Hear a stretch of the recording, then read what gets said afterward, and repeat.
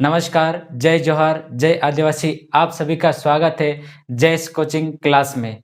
आज के इस वीडियो में खास बात होगी कि राष्ट्रीय उद्यान नेशनल पार्क मध्य प्रदेश के राष्ट्रीय उद्यान और नेशनल पार्क के बारे में आज इस वीडियो में बात होगी और उन सभी राष्ट्रीय उद्यानों को याद किया जाएगा इस वीडियो में। तो आप इस वीडियो को पूरा देखिएगा, आपको 100% सभी की सभी चीज़ें याद हो जाएगी, सभी राष्ट्रीय उद्यान याद हो जाएगी।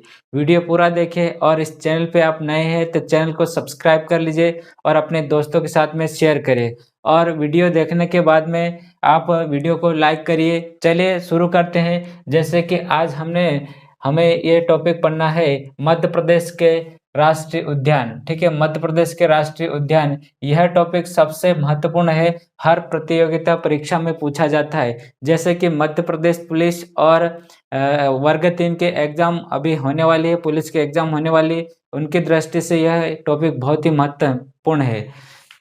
मध्य प्रदेश के राष्ट्रीय उद्यान, यहाँ पर जो आपको दिखाई दे रहा है ये सभी के सभी राष्ट्रीय उद्यान है, जो जिस जिस जिले में है मैप के माध्यम से आपको बता रहा हूँ।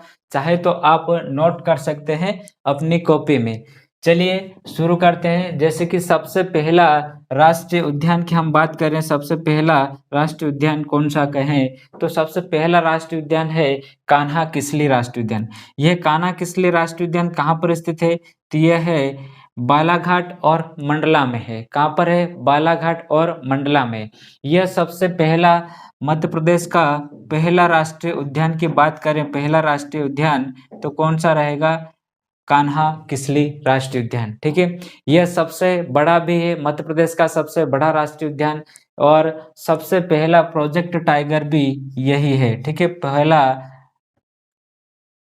पहला प्रोजेक्ट टाइगर की हम बात करें तो कौन सा राष्ट्रीय उद्यान है तो यह है प्रोजेक्ट टाइगर में कान्हा किसली राष्ट्रीय उद्यान है। इसके बाद में हम सबसे नए की बात करें तो नए की बात करते हैं तो नए कूनो राष्ट्रीय उद्यान, पालपुर कूनो राष्ट्रीय उद्यान, यह कहाँ पर पड़ता है तो यह पड़ता है श्योपुर जिले में। इसी प्रकार से नए और पुराने को लेकर कितने राष्ट्रीय उद्यान है अभी वर्तमान में तो कुल राष्ट्रीय उद्यान की हम बात करेंगे, कुल राष्ट्रीय उद्यान की तो 12 राष्ट्रीय उद्यान है। नेशनल पार्क कितने? 12 है। ठीक है, टोटल मध्य प्रदेश में वर्तमान में टोटल नेशनल पार्क कितने हैं तो 12 है। ठीक है, सबसे पुराना कौन सा है तो कान्हा किसली राष्ट्रीय उद्यान और सबसे नया कौन सा है तो यह है कूनो पालपुर कूनो राष्ट्रीय उद्यान है। ठीक है, हाल ही में बनाया गया, इसका जो स्थापना वर्ष है 2018 है। कितना है? 2018 दिसंबर 28 दिसंबर 2018 को इस राष्ट्रीय उद्यान की स्थापना की गई है। ठीक है,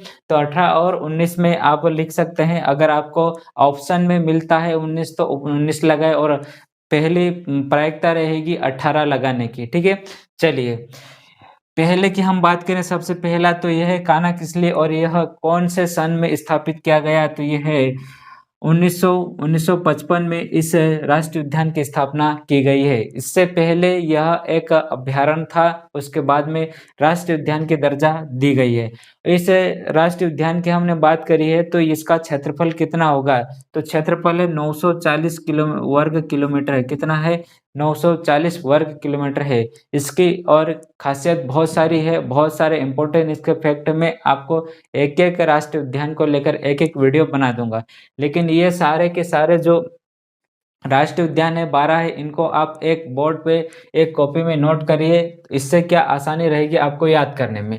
पहला और लास्ट वाला सबसे नया वाला मैंने बताया। इसके बाद में हम बात करें तो यहाँ से नए से शुरू करते हैं। इस प्रकार से चारों तरफ से मध्य प्रदेश के जो जिले हैं कौन कौन से जिले में इसको देख लेते हैं।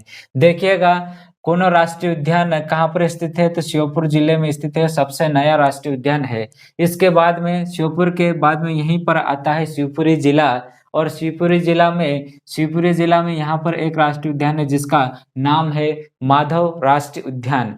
माधव राष्ट्रीय उद्यान है, माधव नेशनल पार्क है और इसका जो क्षेत्रफल है 375 वर्ग किलोमीटर, 375.230 वर्ग किलोमीटर इसका क्षेत्रफल है। ठीक है, इस प्रकार से मैप बना के आप दर्शा लीजिए और इसको अपने कॉपी में या फिर दीवार पर एक पेज में लिखकर दर्शा के इसको देखते रहिए सुबह शाम दोनों टाइम, तो आपको याद हो जाएगा।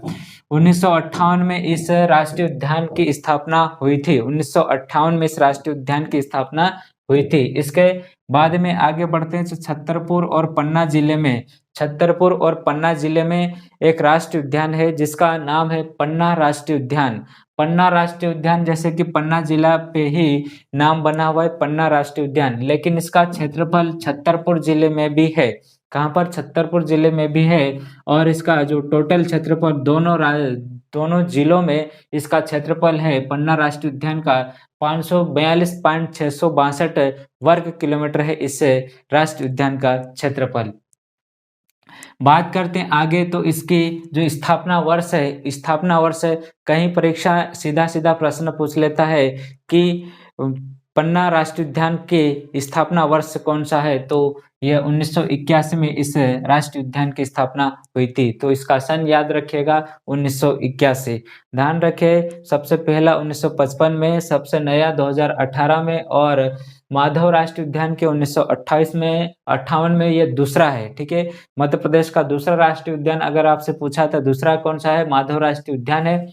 और लास्ट वाला सबसे नवीनतम कौन सा है? तो पालपुर कोनो राष्ट्रीय उद्यान अभी ही बनाया गया 2018 में। आगे बढ़ते हैं, तो इस अगर मान लीजिए आपसे कई तरह से प्रश्न पूछ सकता है कि माधव राष्ट्रीय उद्यान कौन से भौगोलिक क्षेत्र में है या फिर कौन से पठार में स्थित है, तो देखिएगा यहाँ से लगाकर ये क्या है? मध्य भारत का पठार। कौन सा? मध्य भारत का पठार। तो मध्य भारत पठार के अंतर्गत कोनो राष्ट्रीय उद्यान आएगा। और यहाँ पर बुंदेलखंड की बात करें तो बुंदेलखंड और मध्य भारत के दोनों पठारों में विस्तृत है माधव राष्ट्रीय उद्यान। ठीक है, माधव राष्ट्रीय उद्यान। उसी प्रकार से पन्ना राष्ट्रीय उद्यान कहाँ पर होगा तो यहाँ पर बात करें बुंदेलखंड के पठार में यह विस्तृत है। ठीक है, आगे बढ़ते हैं, तो संजय राष्ट्रीय उद्यान, और संजय राष्ट्रीय उद्यान कौन से पठार में हो सकता है, तो बात करेंगे यह बघेलखंड, पूर्व के पठार में बघेलखंड में स्थित है संजय राष्ट्रीय उद्यान। और ये कहाँ पर है? तो सीधी और सिंगरौली दो जिलों में स्थित है। ये सीधी और सिंगरौली जिलों में विस्तार इसका है, दोनों जिलों में है। और इसका जो क्षेत्रफल है 446.66 वर्ग किलोमीटर, 446.66 वर्ग किलोमीटर है। और स्थापना वर्ष कब हुई थी? तो ये 1981 को हुई थी। आगे बढ़ते हैं, तो कटनी और उमरिया में बांधवगढ़ राष्ट्रीय उद्यान है। कौन सा? बांधवगढ़ राष्ट्रीय उद्यान है। और इसका जो क्षेत्रफल कितना है? तो 437 वर्ग किलोमीटर है। कितना? 437 वर्ग किलोमीटर है। और 1968 में इस राष्ट्रीय उद्यान की स्थापना हुई थी। 1968 में राष्ट्रीय उद्यान की स्थापना हुई थी बांधवगढ़। आगे बढ़ते हैं, तो डिंडोरी में, यहाँ पर डिंडोरी जिला है और डिंडोरी जिला में फॉसिल राष्ट्रीय उद्यान है। फॉसिल राष्ट्रीय उद्यान है और यह मध्य प्रदेश का सबसे छोटा राष्ट्रीय उद्यान है। और इसकी स्थापना हुई थी 1983 में। 1983 में स्थापना हुई थी। और इसका जो क्षेत्रफल है 0.27 वर्ग किलोमीटर है। कितना? 0.27 वर्ग किलोमीटर है इसका क्षेत्रफल। मंडला बालाघाट की हमने बात कर ली। कान्हा राष्ट्रीय उद्यान है, इसके बारे में बताया है। सिवनी और छिंदवाड़ा दो जिले हैं। सिवनी और छिंदवाड़ा में दो जिलों में यहाँ पर एक राष्ट्रीय उद्यान है जिसका नाम है पेंच राष्ट्रीय उद्यान। इसी का नाम है इंदिरा प्रियदर्शनी नाम दिया गया 2002 में। इसका डिटेल्स में आपको एक अलग से वीडियो में दूंगा। पेंच राष्ट्रीय उद्यान की स्थापना कब हुई थी? तो 1980 में इसकी स्थापना हुई थी पेंच राष्ट्रीय उद्यान। और यहीं से पेंच नदी निकलती है और यह महाराष्ट्र की ओर बहती हुई आगे बढ़ती है तो वैनगंगा नदी में मिल जाते हैं पेंच नदी। ठीक है, 449.39 वर्ग किलोमीटर इसका क्षेत्रफल है। आगे यहाँ पर बीच में आता है सतपुड़ा नेशनल पार्क। सतपुड़ा राष्ट्रीय उद्यान होशंगाबाद में है और इसकी स्थापना हुई थी 1983 में हुई थी। होशंगाबाद में 1983 में हुई थी। और सतपुड़ा राष्ट्रीय उद्यान के का जो क्षेत्रफल है कितना है, तो 528.729 वर्ग किलोमीटर है। आगे बढ़ते हैं तो खंडवा जिले में ओंकारेश्वर राष्ट्रीय उद्यान है। ओंकारेश्वर राष्ट्रीय उद्यान है और इसका क्षेत्रफल है 651 वर्ग किलोमीटर है। 651 वर्ग किलोमीटर है और इसकी स्थापना 2004 में हुई थी। 2004 में हुई थी। इससे पहले जो सबसे नया यही कहलाता था, लेकिन अभी बन गया है 2018 में पालपुर कुनो राष्ट्रीय उद्यान। डायनासोर, जो कि डायनासोर जीवाश्म राष्ट्रीय उद्यान धार जिले में है। धार जिले के बाग विकास खंड में पड़ता है डायनासोर जीवाश्म उद्यान।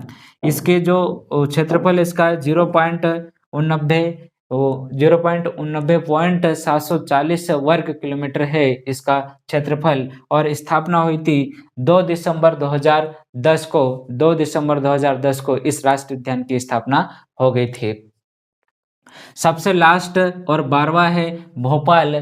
भोपाल में वन विहार राष्ट्रीय उद्यान है। भोपाल में वन विहार राष्ट्रीय उद्यान है और इसकी स्थापना हुई थी 1979 में। 1979 में 1979 में हुआ था। और इसका जो क्षेत्रफल है 4.45 वर्ग किलोमीटर है। 4.45 वर्ग किलोमीटर है इसका क्षेत्रफल है। ठीक है, इसके बाद में और भी हम बात करें इन राष्ट्रीय उद्यानों के बारे में, तो यह कौन कौन से संभाग में आते हैं और इनका जो पठार का क्षेत्र है, कौन से पठार के अंतर्गत ये आते हैं, इनका क्षेत्रफल आता है। जैसे कि हमने देखा कि ये वाला जो कुनो राष्ट्रीय उद्यान है, ये कौन से में, तो यहाँ पर देखेंगे तो मध्य भारत के पठार में आता है। इसके बाद में शिवपुरी वाला, शिवपुरी माधव राष्ट्रीय उद्यान, ये दोनों पठार के अंतर्गत आता है, क्योंकि आधा पठार शिवपुरी का इधर लगता है और आधा इधर लगता है बुंदेलखंड में, और इधर मध्य भारत के पठार में लगता है। आगे बात करें तो पन्ना, रीवा पन्ना के पठार में आ जाता है ये पन्ना राष्ट्रीय उद्यान। और इसके बाद में यहाँ पर देखेंगे तो सिंगरौली, सीधी सिंगरौली कौन से में आता है, बघेलखंड के अंतर्गत, और थोड़ा बहुत इधर बुंदेलखंड के अंतर्गत आ जाता है। इसके बाद में हम बात करें तो कटनी, उमरिया, ये सारे के सारे कहाँ पर, बघेलखंड, और कुछ क्षेत्र है जो कटनी के अंतर्गत आ जाता है, तो यह क्षेत्र भी क्या कहलाता है, बघेलखंड के अंतर्गत, बघेलखंड के पठार में आने वाले जो राष्ट्रीय उद्यान है बांधवगढ़ राष्ट्रीय उद्यान है। और इसका थोड़ा सा क्षेत्रफल इधर छत्तीसगढ़ में भी है।